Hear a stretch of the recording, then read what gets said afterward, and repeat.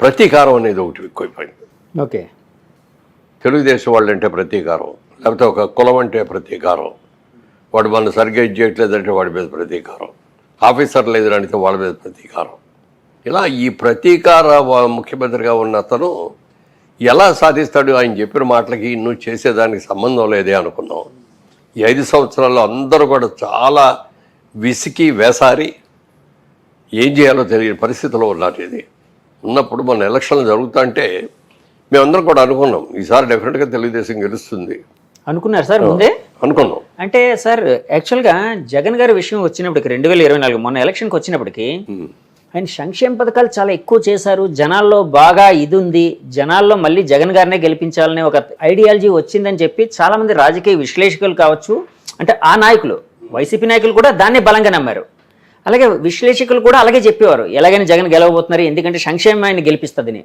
ఆయన కూడా ఒక మాట అన్నాడు, మీ కుటుంబంలో ఎవరికైనా మంచి జరిగితే నన్ను గెలిపించండి, జరగలేదు అనుకుంటే నన్ను ఓడించండి అన్నాడు. సో ఏదో ఒక విధంగా ఏదో ఒక పథకం ఈ ప్రతి కుటుంబానికి వెళ్ళింది కదండి. అంటే అది కూడా ఆయన్ని ఓడించి తెలుగుదేశాన్ని గెలిపించేంత ఇదిగా ఉందని ఎలా భావించారు సార్? అంటే ఏదైనా స్ట్రాటజీ అంటే ఆయన ఇప్పుడు కూడా రండి, ఒక బండికి 2 ఎడ్లు ఉంటాయి, 2 ఎడ్లు సమానంగా నడిస్తేనే బండి ముందుకెళ్తుంది. ఓకే. ఒక ఎద్దు వెనక్కి ఒక ఎద్దు ముందుకి లాగితే బండి వెళ్ళదు, సాగదు, గమ్యం చేరలేదు. ఇది బండికి 2 ఎడ్లు కూడా, ఒకటేమో అభివృద్ధి, ఒకటేమో సంక్షేమం. ఈ అభివృద్ధి సంక్షేమం 2 కూడా సమానంగా నడిస్తేనే అభివృద్ధి చేసుకుంటా వెళ్ళి సంక్షేమం మర్చిపోతే వీళ్ళందరూ కూడా పాపం పేదవాళ్ళందరూ కూడా చాలా ఇబ్బందులు పడిపోతారు, రైతులందరూ బోళ్ళంత ఇబ్బంది పడిపోతారు. అందుకని సంక్షేమం చేస్తూ అభివృద్ధిని ఎక్కడా కూడా వెనక అడుగు వేయకుండా సమానంగా ఈక్వల్గా చేయాలి అభివృద్ధి. ఓకే. అభివృద్ధి చేయటం అంటే ఇండస్ట్రీస్ వచ్చేటట్టు చేయాలి, ఇన్స్టిట్యూషన్స్ వచ్చేటట్టు ఉండాలి, ఐటీ కంపెనీలు వచ్చేటట్టు చూడాలి, మన పిల్లలు చదువుకున్న వాళ్ళందరికీ చదువుకోవడానికి మంచి మంచి ఇన్స్టిట్యూషన్స్ రావాలి, చదువుకున్న వాళ్ళందరికీ కూడా ఉద్యోగాల కోసం ఇతర రాష్ట్రాలకు ఇతర దేశాలకు వెళ్లకుండా మన రాష్ట్రంలోనే మన దేశంలోనే మన ఊరి పక్కనే వాళ్ళకు ఉద్యోగం వచ్చేటట్టు ఉండి చేస్తే అది సంక్షేమం ఉంటే. ఆ సంక్షేమం చేయకుండా మనం ఏదో ఫూర్గా ఇస్తున్నాం, వాళ్ళు తీసేసుకుంటున్నారు, మనకే వేసేస్తారనుకోండి. ఎవడు కూడా ఏ తెలుగువాడు కూడా భిక్షగాడు కాదండి. దేహేని బియ్యం అడుక్కొని లేకపోతే డబ్బులు అడుక్కొని ఆడిచ్చిన డబ్బులతో తీసి సంతృప్తి పడ్డావు. నువ్వు ఎవరినైనా ఏదన్నా నిజంగా చెయ్యాలి అంటే దీనికి చిన్న కథ ఒకటి చెప్తాను.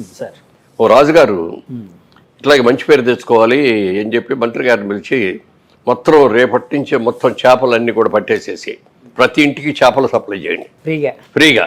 ఓకే. రాజుగారు భలే చేశారు, మనందరికీ కూడా ఫ్రీగా చేశారని చెప్పి అందరూ అనుకోవాలి అని.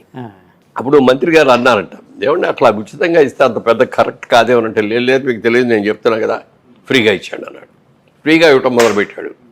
అందరూ ప్రజలందరూ కూడా అబ్బా రాజుగారికి ఎంత ప్రేమ మన మీద, భలే చేస్తారని చెప్పి అందరూ ఉన్నారు, పొగిడారు కూడా.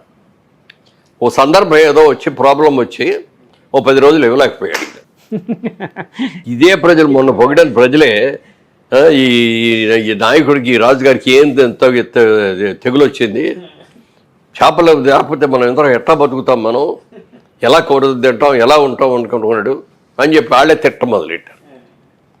అప్పుడు మంత్రి గారు వెళ్ళి, నేను ఆ రోజునే చెప్తే మీరు కాదన్నారండి, ఎప్పుడు కూడా ఏది మనం ఉచితంగా ఇవ్వకూడదండి, వాళ్ళని బెగ్గర్స్లాగా మనం చూడకూడదు, వాళ్ళని వాళ్ళ కాళ్ళ మీద వాళ్ళు నుంచోని వాళ్ళ బతుకాళ్ళు బతికేటట్టు చేయాలి.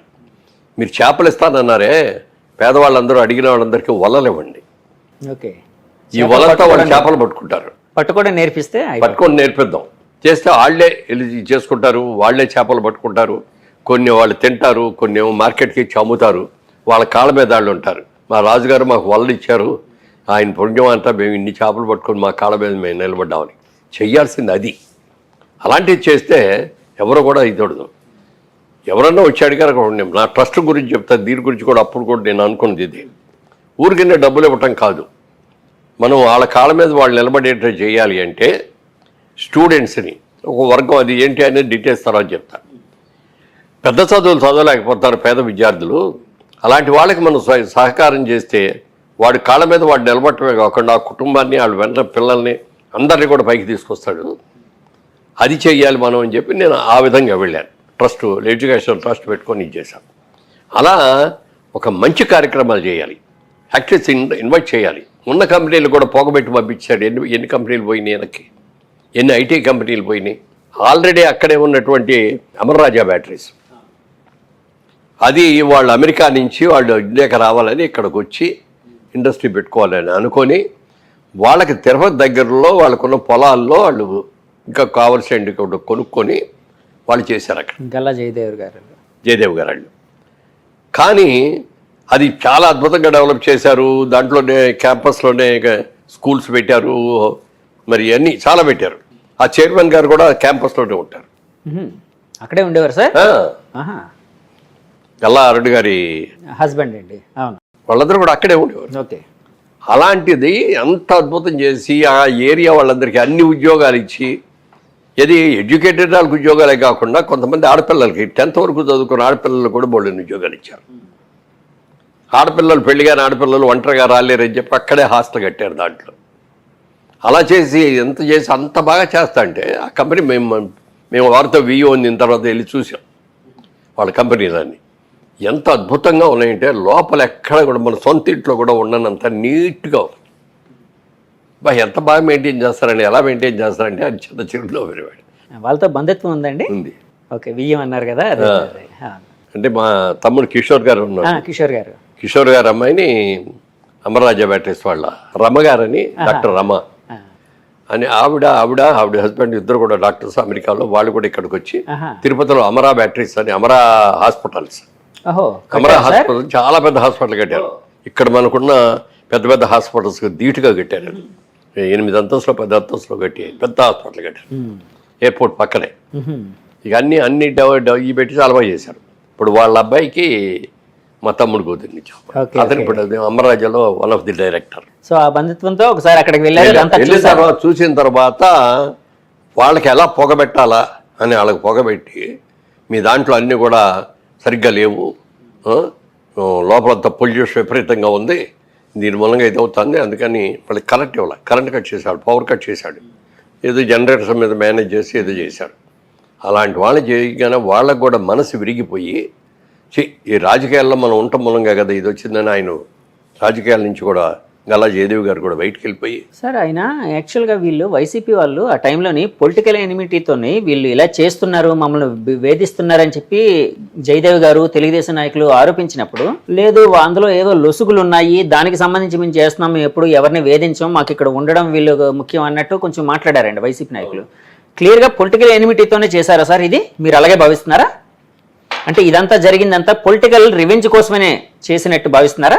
అయి ఉంటుందండి, అది నేను కరెక్ట్గా చెప్పను. బట్ పొలిటికల్ రెవెన్యూ అనేది కూడా ఒకటి ఉంది. తర్వాత ఏదో ఫైనాన్షియల్గా వీళ్ళు బెనిఫిట్స్ అయ్యో అడిగినట్టున్నారు, అవి ఇచ్చినట్లేరు. ఏదైనా కానీ ఒక ఎనిమిటీ పెంచుకున్నాడు, వీళ్ళని మూతం వేయించాలి ఫ్యాక్టరీ. మనం చేసి ఆపిస్తే కానీ వీళ్ళు మనం చెప్పిన మాట వినరు అన్న లెవెల్లో దాన్ని చేశారు. ఇప్పుడు తెలంగాణకు వచ్చారు కదా సార్, అది చెప్తున్నా. అక్కడ తిరుపతిలో ఇంకా 4 యూనిట్లు పెట్టాలి పెద్దవి కొత్తవి. అవి ఎక్కడ పెడితే ఎందుకు ఇప్పటికే చాలా ప్రాబ్లం ఇంకా కొత్తవి కూడా ఇక్కడ ఎందుకు పెట్టుకోవడం. తమిళనాడుకు వెళ్ళారు, తెలంగాణకు వచ్చారు, తమిళనాడుకి వెళ్ళారు, మహారాష్ట్రకి వెళ్ళారు, ఢిల్లీ దగ్గర ఏదో చోట ఇట్లా 4 చోట్ల అవి పెట్టేస్తున్నారు.